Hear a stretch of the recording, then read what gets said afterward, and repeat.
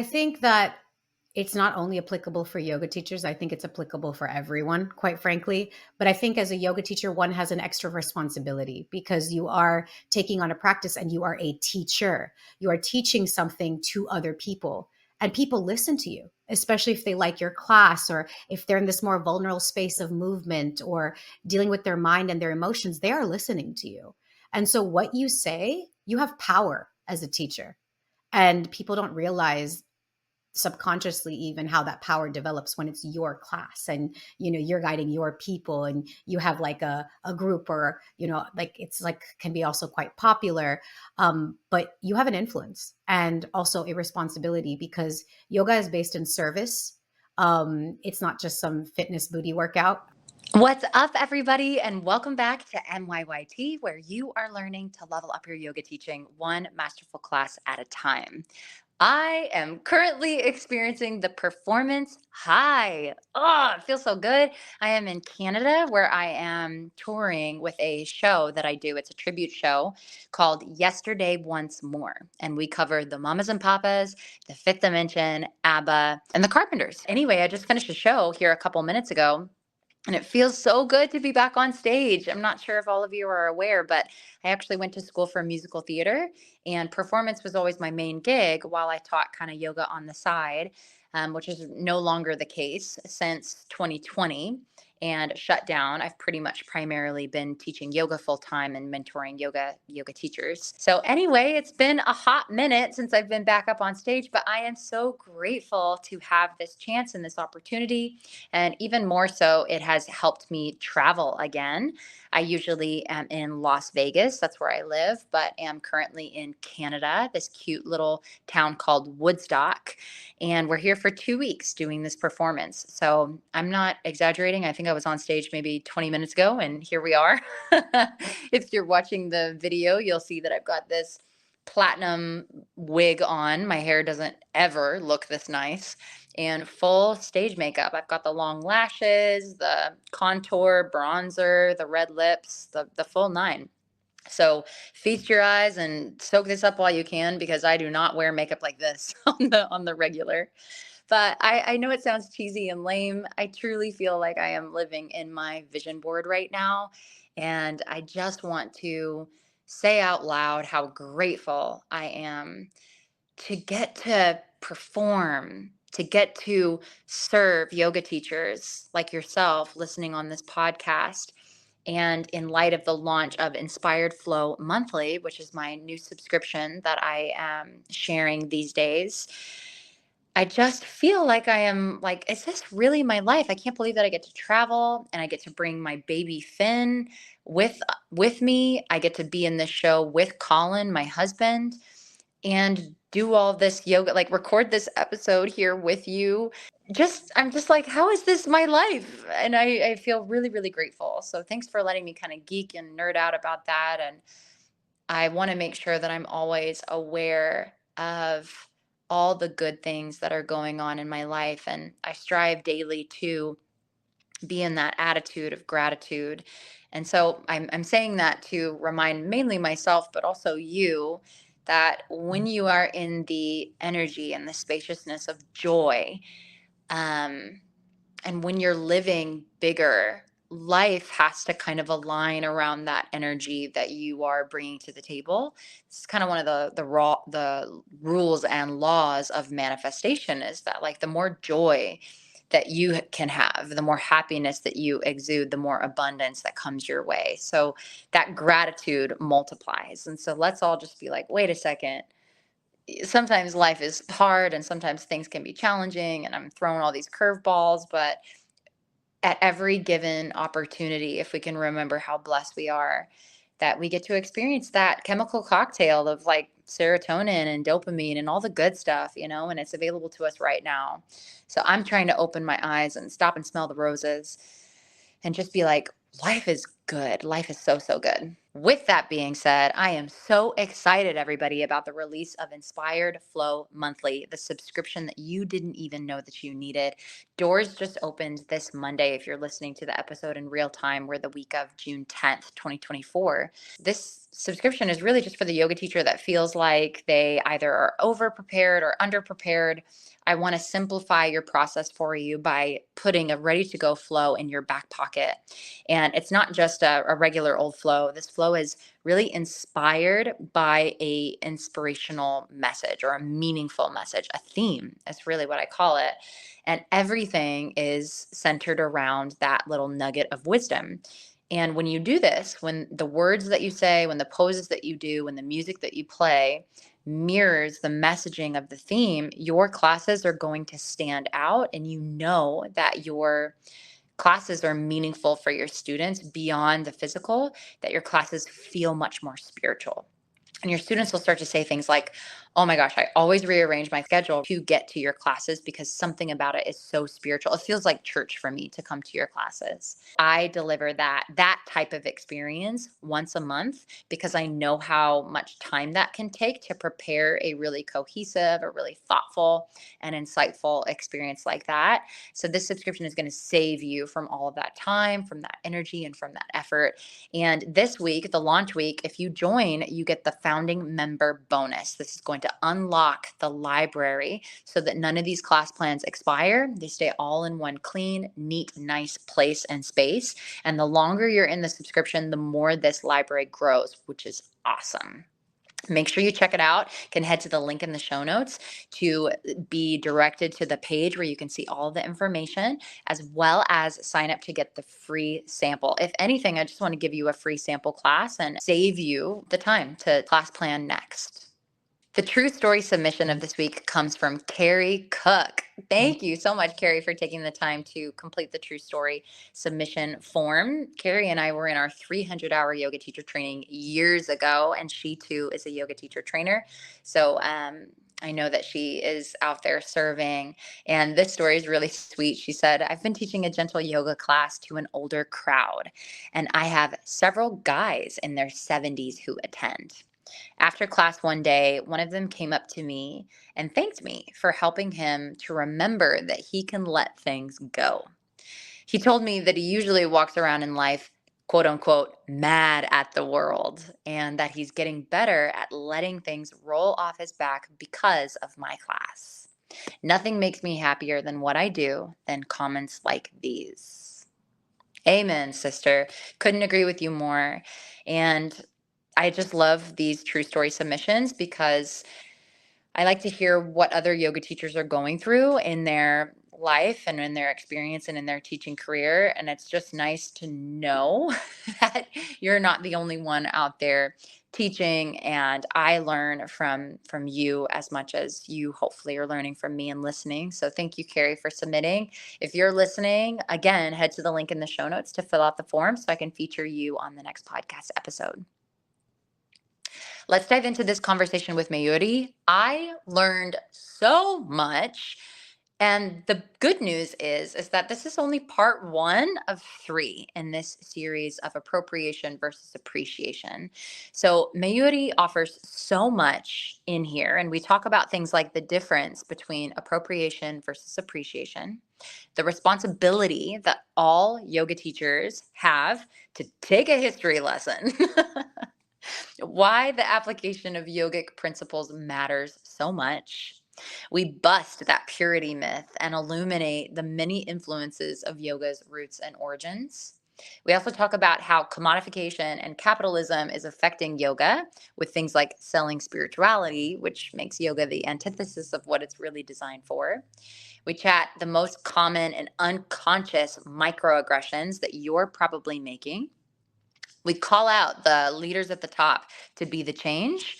And she gives us 3 things that can be done to fix a broken system. This can be a bit of a epic, I guess is the word, an epic conversation, and it can feel a little awkward and sensitive, but it's a topic that we must unpack together, and we do so in a respectful and a safe space. So I'm really excited for you to have this conversation. So turn it up and let's dive in. Hey yogis, Mackenzie Fly here, mom, yogapreneur, teacher trainer, retreat leader, and your guide to master your yoga teaching. This podcast is your weekly dose of actionable wisdom and candid chats with industry experts. Learn to connect deeper, weave yogic magic, and lead by example. Full disclosure, I'm still mastering it too, but together we'll skyrocket your impact and income. Hit subscribe and let's grow, one episode at a time.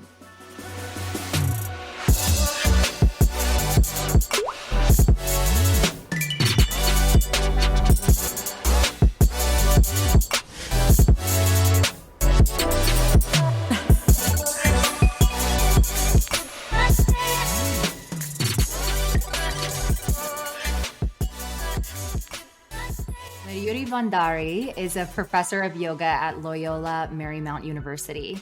Her focus as an instructor and practitioner lies in the application of yoga beyond the mat as a way of life. An actress, dancer, figure skater, and storyteller within both American and Indian film industries, Mayuri voices an ahimsic, nonviolent way of life, women's empowerment, and stories of Indian experience and identity.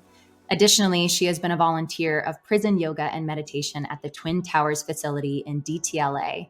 Mayuri holds a BA in Dance and South Asian Studies from UC Berkeley and an MA in Yoga Studies from LMU. She has taught with Arihanta Academy, Lifetime Fitness, and Studio Spaces in Los Angeles. We are so thrilled to have you, Mayuri. Thank you so much for being on the podcast. Oh, thank you for having me. Appreciate it. That sounded like a way too long of an intro. I was like, oh, that's long. No, not at all. A woman who does many, many things. Thank you. So this conversation is, as you and I know, in a 3-part series. And to preface this conversation to all of our listeners, I reached out to Mayuri because I couldn't think of anyone better to divulge into a conversation like this with grace. And I'm so excited to hear how she feels about this topic of appropriation versus appreciation. And we really want it to be a wake-up call for the yoga community. We're hoping to challenge assumptions and kind of talk about uncomfortable truths in a way that explores the ways that we can, as yoga teachers, approach this tradition with both respect, understanding, and a commitment to learning. So, to start unpacking this epic conversation and topic, Mayuri, can you just tell us a little bit about appropriation in general when it comes to the context of yoga? Yes. And before I get started on that, I just want to say that, whatever I speak of when it comes to yoga does come from my perspective, of course, but it's not like it's the end all be all. There are so many voices in this space. There are so many people who educate about this space. And so this is, yes, though I'm bringing a voice, it is also my perspective. And so I don't want it to feel like, what I say is the end all be all. And so I just want to preface that. But getting into your question, appropriation versus appreciation is a huge topic. I have created a short film on this that helps explain it as well through the lens of the bindi, the sixth chakra, the Agnya chakra, the dot that's expressed on the forehead for a lot of Indian and South Asian women. So yeah, appropriation versus appreciation. Appropriation is basically when a regalia, a custom, a ritual is taken from a minority culture and co-opted by a majority culture, but removed of its essence, its roots, watered down, and usually it's done at the expense of the minority's suffering. And so that's often the part that gets forgotten. And so that's in a very loose way what I would say, cultural appropriation is. And there's many definitions of appropriation online, and then cultural appropriation gets more specific. But the best examples I can give of appropriation versus appreciation is that when people say they want to appreciate, of course, everybody has a great intention. They're like, oh, I like that culture. I like what you're doing. I want to take that on. But many times people don't understand the history or the customs behind it, and they simply remove the product out of its space or out of its, the purpose of what it's meant to be, and without that understanding, applying it, and usually that can be offensive, or again, something that initial minority community was mocked for, but is exotified and appreciated when it's taken out of that space and accepted when either it happens majority in white pop culture, that when white people take it and put it on, now it's accepted and is seen as cool. But when the minority culture does it, it's seen as either mocked or a threat, or simply not allowed to be done, or at the expense of their suffering. And so the best example I can give of that with the bindi is that there were the dock killings in New Jersey in the 80s, and the 90s in Jersey City. And basically there were a whole bunch of Indian communities that had been coming in, immigrants, and expanding in the area. It was getting very popular for the South Asian community. And there was a young group of Italian Americans who were getting jealous of all of the Indians coming in the area. And so basically they started this group called the Dot Busters. And it was just a hate crime. And basically they would go around attacking different Indians based on their regalia. So if they were wearing the bindi, if they were wearing Indian outfits, it was a way to know that they were Indian, and they were attacked. And so over this period, about 50 people got killed and over 200 people got injured in some way, but it was never really reported on the news. It wasn't, they weren't charged. These youth weren't charged. They created letters, so it was, their attacks were called the dot killings. And so I say this because for that time, all the Indians in the area were basically told, by their own people, by other Indians who had been experiencing it, like, don't wear your regalia, don't wear your outfit, don't wear your clothing, don't wear our bindi, don't wear our jewelry, because we could be attacked. And so my mother and father were one of the people who came into that area at the time. And the first thing my mom lands after marrying my father, and in the land of the free, she's told, don't wear your bindi, by our own people, something she's worn her whole life. And she's like, why? And, and so she did, she listened. She didn't like fight it or anything at the time. But it was just more like for safety. And so what that does is, over that time for my mother, to wear what that bindi meant to her, and to have something that, is so connected to her, and then just be like, yeah, you can't wear that anymore, because, you could become a potential target. So there's this beautiful poem that I've written on the experience of what the bindi means to us and the origins. And how this relates to appropriation is obviously when we see it in pop culture, like celebrities wearing it, with outfits that have nothing to do with Indian outfits. They're just singing a sexy song, a sensual song, and they slap on the bindi because it looks cool. Or at Coachella or all these festivals where you see people appropriating Romani, nomadic cultures and different tribal cultures and just splatting it on, again, without having this understanding that my mother still felt fear to wear the bindi because she could be attacked for it. Or we were, as kids, sometimes we were mocked for it. It's like, it's not great on brown bodies where it's coming from, because again, it's seen as a threat or evil eye or devil's worship, or, there's so many reasons. But then when it's removed of its essence, its spirituality, and then it's just made an item, a sexy like jewel, a sticker, then, it's appreciated. And that's the best way I can give an example of how appropriation plays out. And this happens with so many indigenous cultures. This happens with Native American regalia and headdresses, from what it means to them and the genocide that they've been through, and what it means when somebody wears it on a fashion magazine.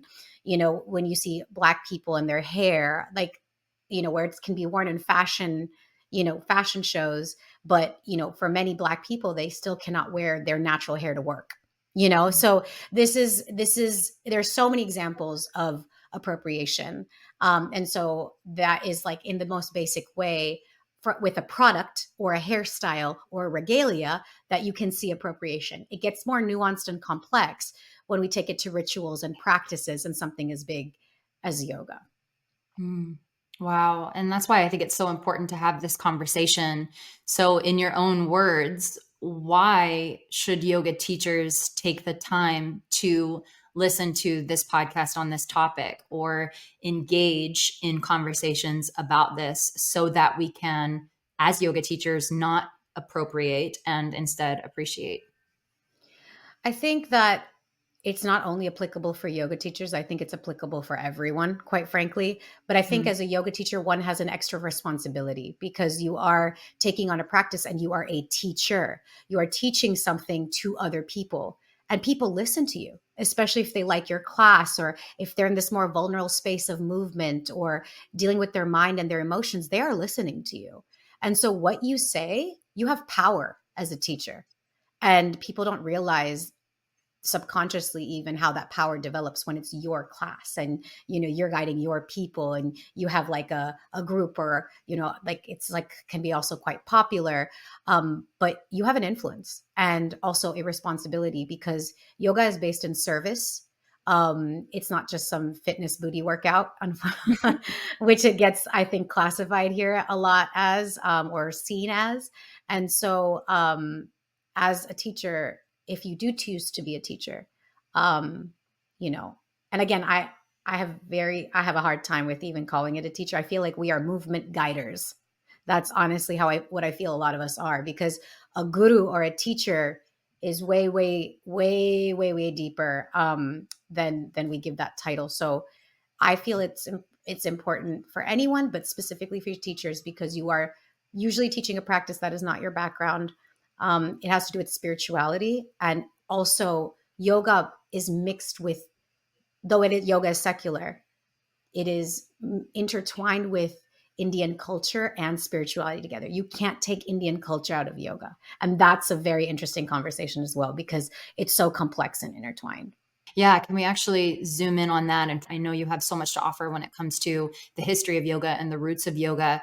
Can we expound on that in a way that might educate movement guiders, as you say, to become more educated, not just about the asana, but to teach people about how much more yoga can bring to life?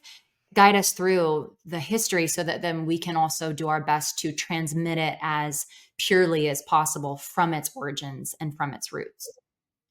Pure is a very interesting word. I have a hard time, and a lot of people have a hard time with this word because there is no true lineage. When it comes to the history of God, there's no, this was the pure, this was the right way, this was the wrong way. This, like, they all come from Krishnamacharya, and then they all come from, like, Patanjali, and like that's the true lineage. Like, there's no such thing. Yoga has so many lineages. Yoga has so many inspirations. So, many people don't even know that the Yoga Sutras themselves, the Patanjali's Yoga Sutras that he compiled, it's a mix of Jainism, Hinduism, and Buddhism. So it's not even like, most people have this idea that yoga is Hindu or Hindu inspired, and it's not just Hindu inspired. And Jainism and Buddhism are very different from Hinduism, philosophically, from in a lot of ways. But yet, yoga is able to combine all of these different spiritualities and more. In the later years, that there's influences of Sikhism, which is where we see more of a popularity of Kundalini, though Kundalini yoga did not come from Sikhism, but it has become identified with Sikhism as a lot, which it's actually not, which is also an interesting conversation. Sufism, Tantra, there are so many influences to yoga. So when we talk about, the one pure, the one true lineage, it doesn't really exist. Patanjali's Yoga Sutras they weren't even as popular back in the day until they were revived by Krishnamacharya in modern postural yoga. So people don't even know. It's not like generations after generations people were studying Yoga Sutras all the way till, it was kind of, there were a lot of lost texts because of colonization. And somebody just kind of found, a couple of teachers or probably several people like identified Patanjali's Yoga Sutras as like this source, but yoga's history predates that. It didn't start with Patanjali's Yoga Sutras. So the yamas and the niyamas, the ethics and the morals, which I think get ignored the most, especially in application. And in teacher trainings, you may talk about it, but we're not practicing them, as a way of life, because yoga is a way of life, not a part-time practice or a part-time job. And that's what I say. I cannot say that more. And most people are treating it as a part-time job. They're not living that way of life. And they're just teaching whatever their translation is or whatever they've learned, and it's limited at that. Number one, I think that any person who's interested in teaching, really check on that, because it's like, just because you take a 200 hour, 500 hour, 1,000 hour, 2,000 hour, that does not make you a teacher, like, and it's not the student's fault who's interested. I feel like most people have such a great experience and they're just like, oh, I want to like teach this to other people. It's not like the people going in are going in with bad intentions at all. I give more responsibility to the studio spaces, to the people holding the certifications, to the nonprofit organizations, to the festivals, to the places that have the power that are creating these certifications, these systems, to Yoga Alliance. These are the places where we need to take a check at what is it that you're teaching? What is it that, and who, there is no yoga police, right? There is no like, oh, okay, who's teaching what? Like, that was not what yoga was meant to be. But at the same time, it has been so capitalized and commodified that at this point now, I feel it's become the antithesis of what it's really about. So, it literally has become such a tool for capitalism. It's like the most perfect way that it's been completely flipped, that, that's where I say the yamas and the niyamas are completely out the door. So I'll get to studio responsibility and all of that later on. As far as it goes for the teacher, I think they should understand that your teaching is not limited to the training that you take. You have to do a lot more work to understand the history of yoga, Indian culture, all the different Indian religions involved. So there's like a history education, whether it's through books or taking a program or taking courses with different places online, or whether you go to ashrams in India or you practice in your own way of meditation. That's one, but then application of those practices. So if you're just teaching things that you've been told, you don't really know from experience. You're just passing on by word or what sounds nice or what feels fluffy. And I feel, for a long time, I felt this, that whenever I go into Western yoga studio spaces, for the most part, I wouldn't say every single one, because I think a person's experience is so much that teacher that they take. So there's really great teachers and there's not so great teachers, and there's teachers in the middle. There's levels everywhere. But I think that the language in studio spaces is so fluffy and surface level, and not really asking people to have introspection and look within and change their habits and call themselves out, take accountability. My line is, yoga here is working on the butte rather than taking self-accountability.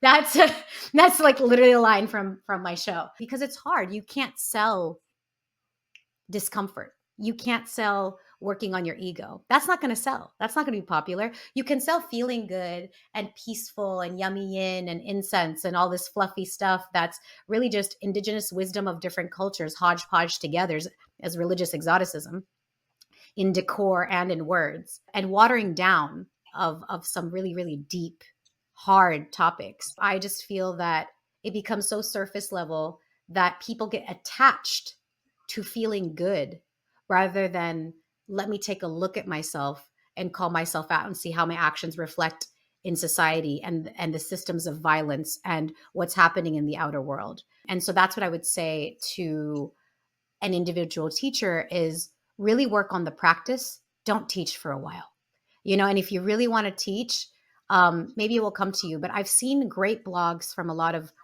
ex-teachers who talk about, if you really understand the teaching of yoga, what yoga is, you won't even want to teach, to be quite frank, because the space it's really true. And I could not agree more. I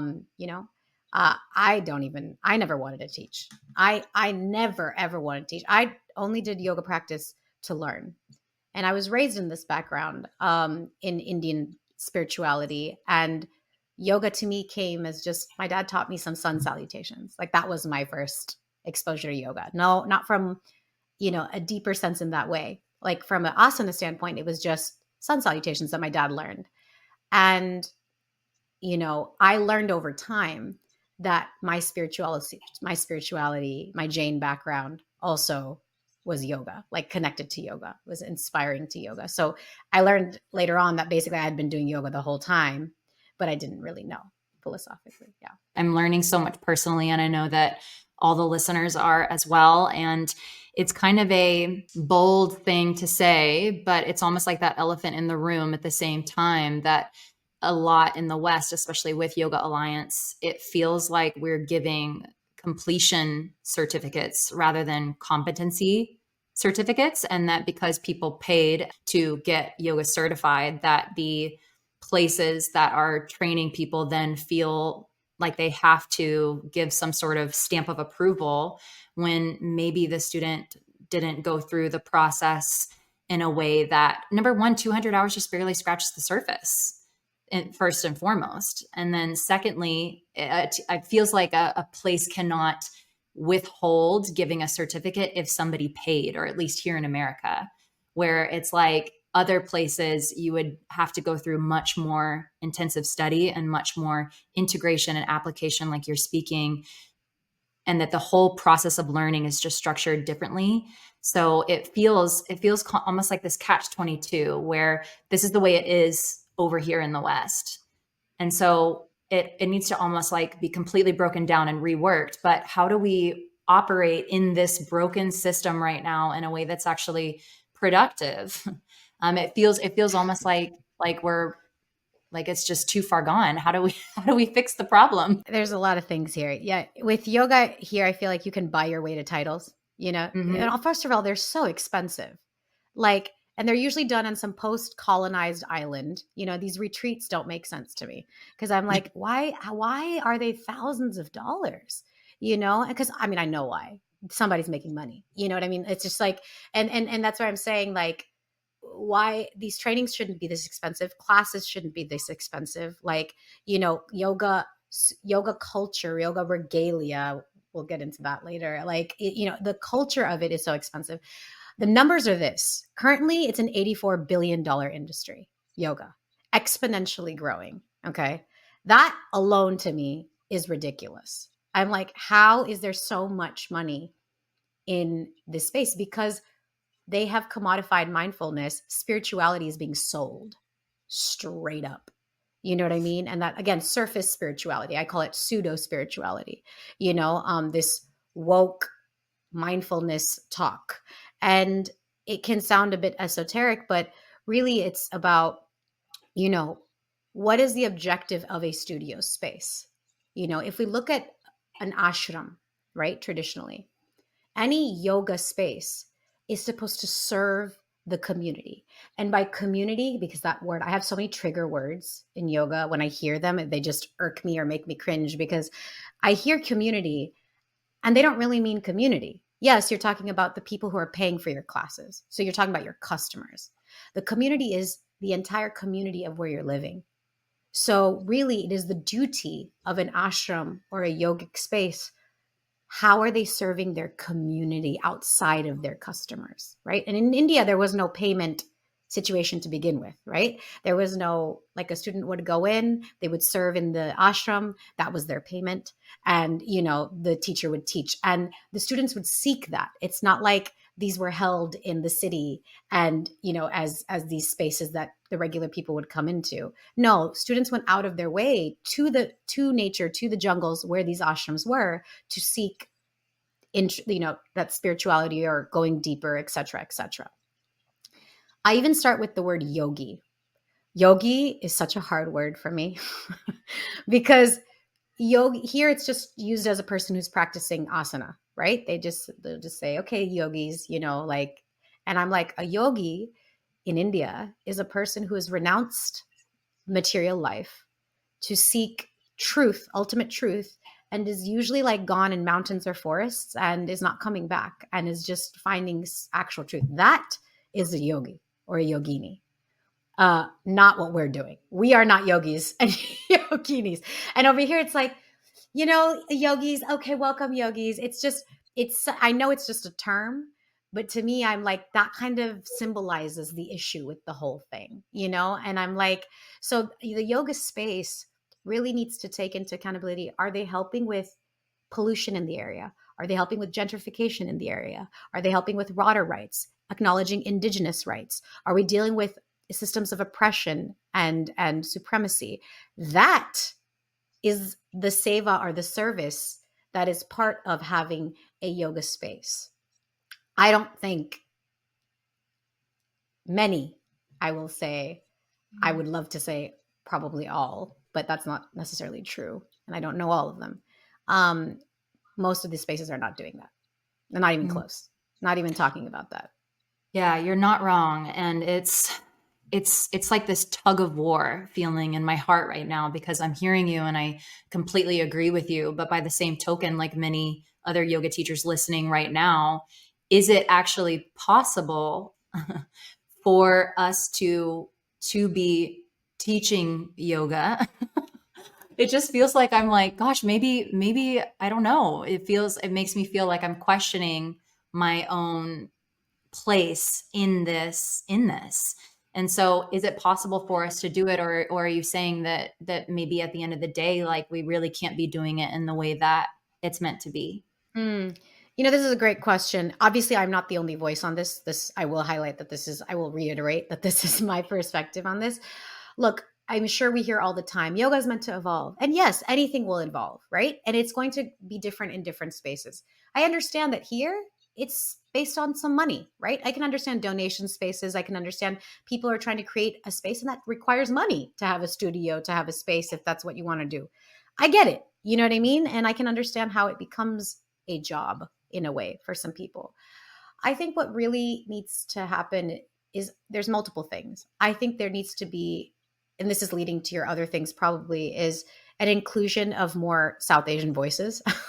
I think right off the bat, that would help a lot in terms of, I'm not saying as in more people of color taking the studio classes in the studio, or more people of color, or South Asian, specifically South Asian voices, teaching. I'm talking in structural top positions of organizations, of studios, of bigger companies, because if the top doesn't change, the rest isn't going to trickle. You're not solving the problem by hiring a bunch of people of color as a band-aid. Does that make sense? Like that, and that's like commercials will do this all the time. They'll be like Nike yoga, right? And it'll just be like a bunch of people in color, but that changes nothing about the actual collective. That changes nothing about who's actually teaching and what is being taught. Because at the end of the day, yes, a person may take that individual's class, but then I feel such a sense of responsibility, which is how I also became a yoga teacher, that I have to re-educate, or I have to do so much more. And I feel such a burden because it is this way. And I know it's this way, and I see it's this way. And it genuinely hurts me because it's dangerous, to be perpetuated this way. And we'll get into that too. But yeah, I feel like, to answer your question earlier of like, what do we do? Like, what are some solutions? I think it's like including more voices, having more dialogue and discussion. I feel often that when brown voices do speak up, South Asian voices, or voices in any space, colored voices, I feel like when they talk about appropriation, for example, it's like, oh, you're just complaining. Like, we're just trying to appreciate, not appropriate. Like, oh, we can't say this now. We can't do that now. Like, we can't wear this now. We can't do it like that now. We can't say that word now. And if people are inconvenienced just by hearing that, hey, a community is speaking up on something, right? And they see it as a complaint rather than curiosity. Nobody's blaming one specific individual for being like, oh, it's your fault that everything's like this. It's because of you guys that like it's like, no, this is like usually centuries, thousands of years Right. of trauma. And I mean, if we understand history, which history is also being rewritten and erased, right? That's a whole other topic. Yeah, like there's so many issues. So just speaking up is seen as an inconvenience. For you, just hearing about it, you're inconvenienced, not by you. I'm saying the people who say that are complaining. But imagine the people who live through that trauma for generations, like who are the ones experiencing it. And so we have to be the educators of our own oppression, but do it in a soft way so that we don't come off as attacking. Like, it's just bizarre. Do you know what I mean? And Mhm. so I feel like there needs to be a space of listening. And I'm not saying appropriation only happens by white people. That is not true at all. People of color appropriate all the time. It's just that white people are more in the majority when it comes to the Western countries, and most of that happens by the numbers there. And I mean, we have all kinds of celebrities of color appropriating other people's cultures. You know what I mean? And it's still, the point is just as valid. It's taking on any other culture outside of your own. Learn the history, learn the oppression. So I love this line that I have in my piece, and it's, you want to share my regalia, but not my oppression. Mm.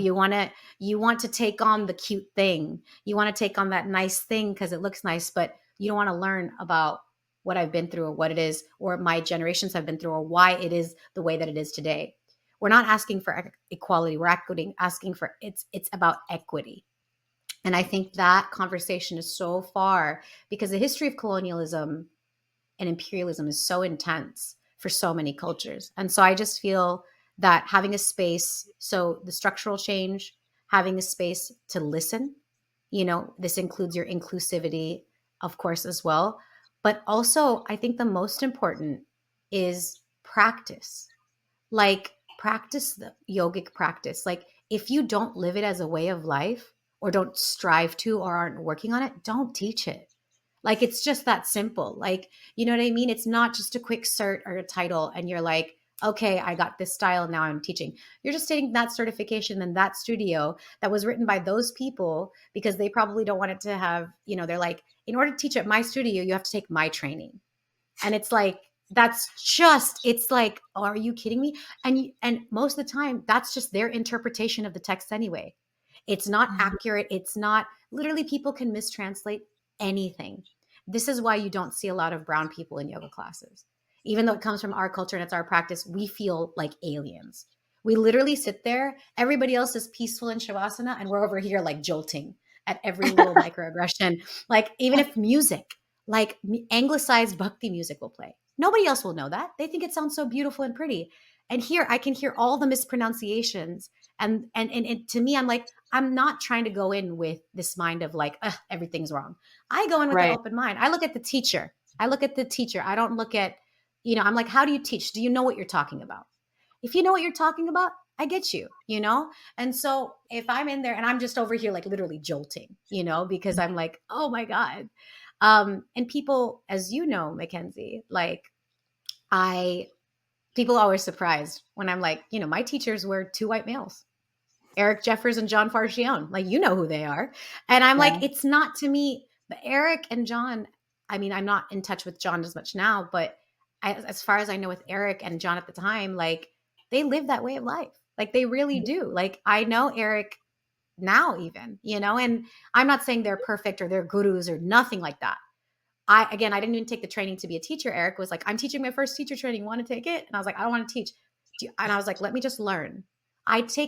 Teacher trainings should be taken to learn. They should be called yoga learner trainings, not yoga teacher trainings. And so Wow. we should focus on learning, and teaching can come and it will evolve. And I think there's beautiful asana instructors and Iyengar instructors, and there's such beauty that comes along. But I think we need to refrain from teaching unless you have a lot of experience, unless you have a lot of understanding, and you must incorporate meditation. I feel like Yes. meditation is not incorporated enough. And the more meditation, whether it's Vipassana or whatever you do, the more you do, I think the more you have to have experience of this rather than just intellectual understanding. If that, even Mhm. most even don't have that. So that's what I'd say. Yeah.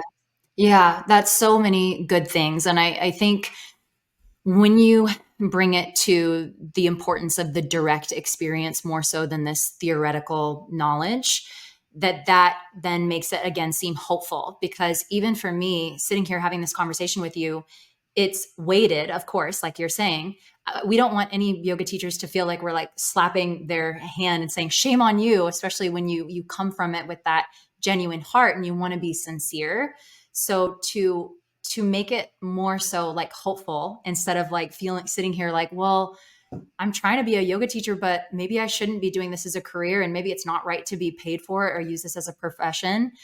I love how you're making it about, no, we can still do this. It's just that you need to come at it with this more heightened sensitivity and more awareness and more intention to have this conversation, and that's something that we can kind of like all do. So would you say, I mean, do you feel like we should be compensated? Like, is it a career that we should be pursuing? Is it okay to be compensated? Or do you feel like maybe we shouldn't even be doing that? No, I look at it as intention, awareness, and action, and really look at those three. Really practice the yamas and the niyamas. I feel like if most yogis, right, or you people taking yoga, going into studios, would have to actually practice yamas and the niyamas, most people would be out. I feel like most yoga spaces, your numbers would drop so quick. Teachers would be out, and the few teachers that would remain, I'd be like, maybe you should take the teacher training. You know what I mean? Like it's like process of elimination, almost like who's really serious about this? Like who's really about this discomfort and this, ego death, in a way. Not ego death, it's a joke, but like, we all have our individuality, but just more like working on our ego is how I look at it. Because I feel like it's more ego enhancing rather than ego working. I don't have all of the answers, just the suggestions. These are just, things on the top of my head. I feel like so much responsibility is put on the teachers rather than, again, the institutions.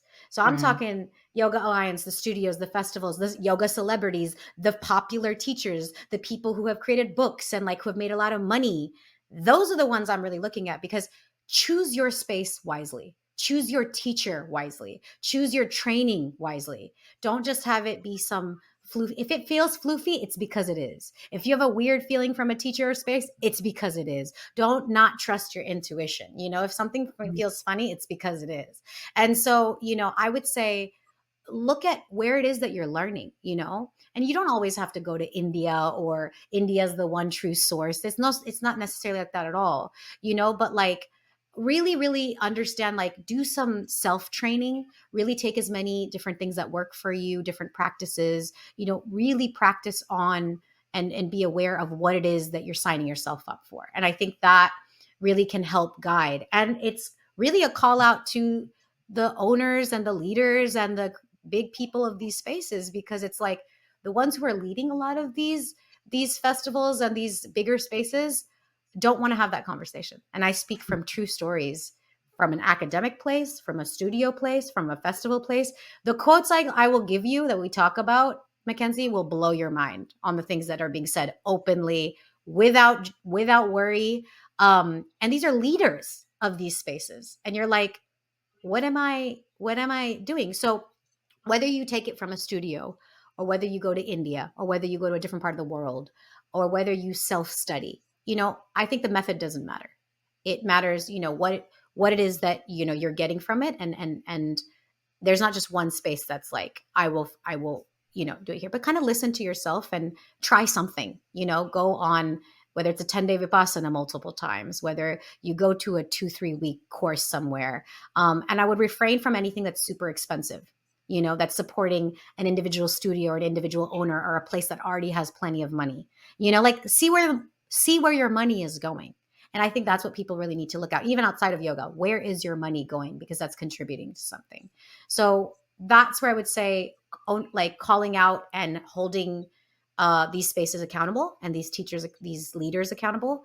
And then you have a choice on where you want to go, and also be involved in some sort of seva or service, at the same time to, allow for that growth and that understanding within yourself. That is the beginnings of eating this very big elephant. I feel like I've learned so much as far as the difference between appropriation and appreciation. Is there any other like cultural misunderstandings of specific symbols or other practices that you'd like to talk about? I will answer this in a couple ways.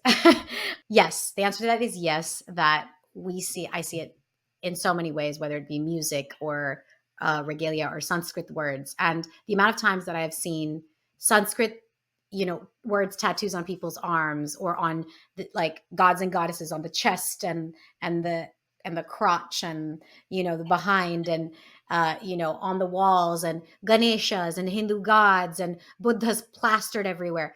There's nothing wrong with that if you practice it.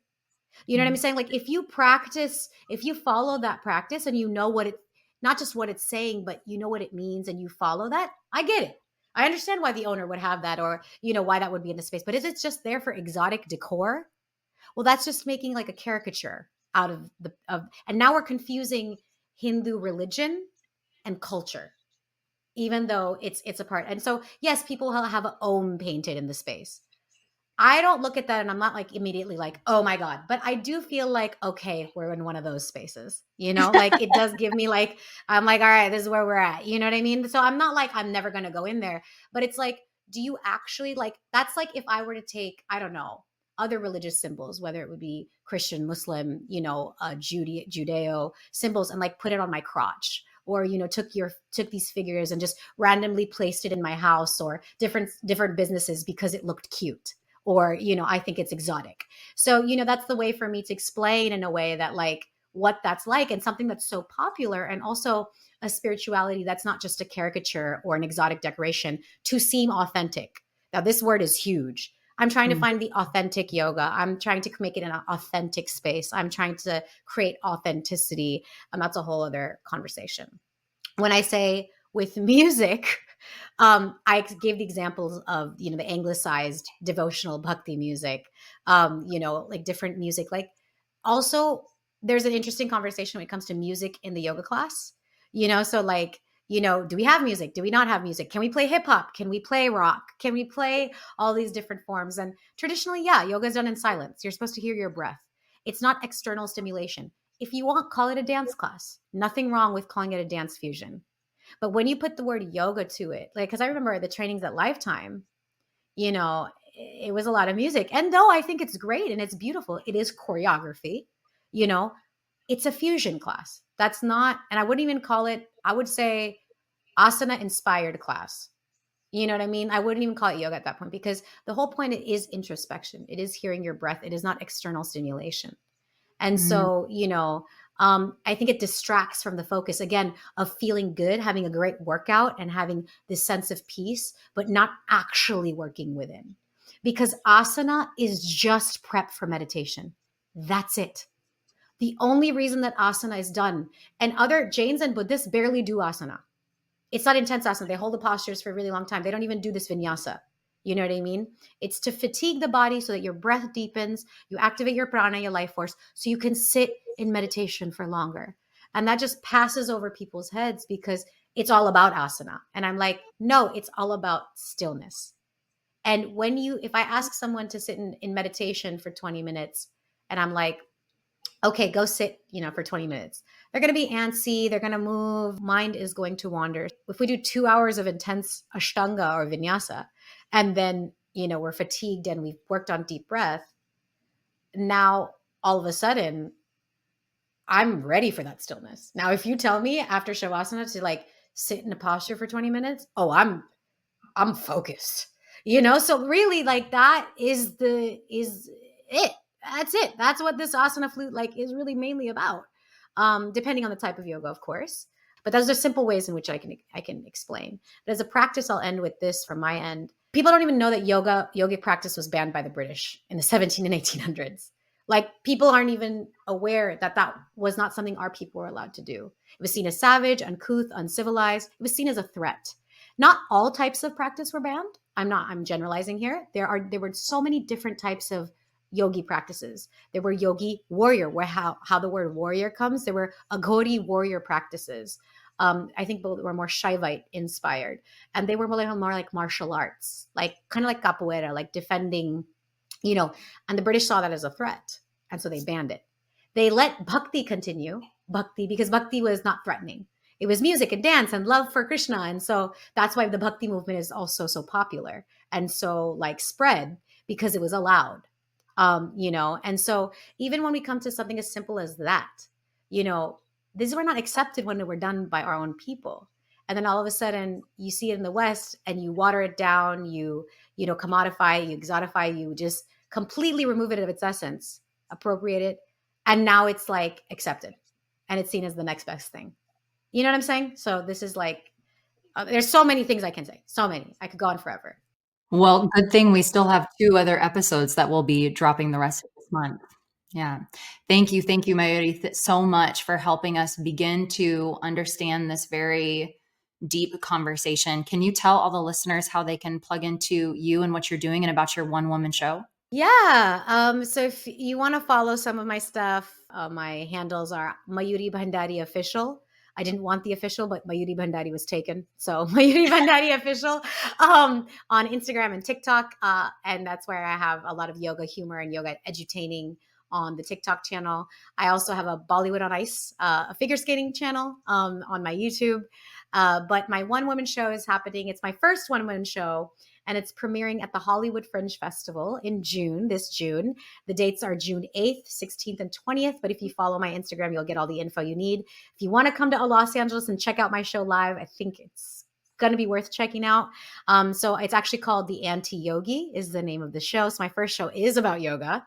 So I'm in a very edutaining way, bringing mystical characters. And, we're going through this journey of, what is my purpose beyond educating people about yoga? And Goddess Kali comes down on earth, and there's a lot of stuff happening. But we're revealing of course, the culture of yoga in the West, but the dark underbelly of yoga in the East as well. So it's, going to be, I think, an edutaining ethos, voice of yoga show. It's going to be amazing. I really am going to try my best to make it out there for at least one of the shows. It's so unique and also so you. I've been getting that a lot lately. Sorry. I've been getting that a lot lately. And I'm like, what does that mean? What does that mean? It's so me. I'm like, no, I mean, like, that's the reason why I reached out to you to talk about this conversation, because you are so vocal about the holes when it comes to people's understanding about these things. And you've so clearly done it in this episode, and I know you will in the others to follow, is you present it in a way that helps us rise up. And once we know better, we start to do better. So I'm really excited for myself personally and all the listeners already in this part 1 of the Appropriation versus Appreciation series. And I can't wait for the following episodes coming the rest of the month. So thank you everybody for listening, and don't forget to tune in next Wednesday. Until then, stay blessed.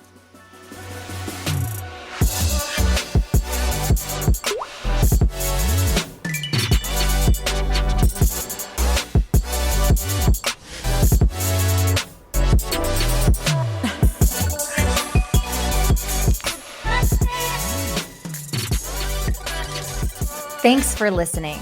If this is your first time, peruse our feed to see if there's something else that will serve you.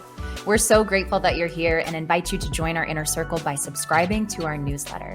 If this episode resonated with you, help us spread the word by sending it to a friend who needs to hear this message. Likes, follows, sends, shares, and reviews help us to continue delivering high-quality content to you for free each and every week. Don't forget to tag @MasterYourYogaTeaching so we can reshare.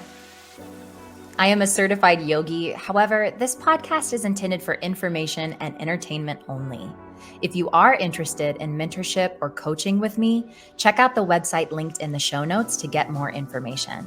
This content and other content produced by CLW Studios and affiliated partners is not therapy, and nothing in this content indicates a therapeutic relationship. Any opinions of guests on the podcast are their own and do not represent the opinions of Mackenzie or CLW Studios. Learn more about Mackenzie, her guests, and CLW Studios by following the links in the show notes. Keep shining, and we will see you next Wednesday for another dose of Master Your Yoga Teaching. Namaste blessed.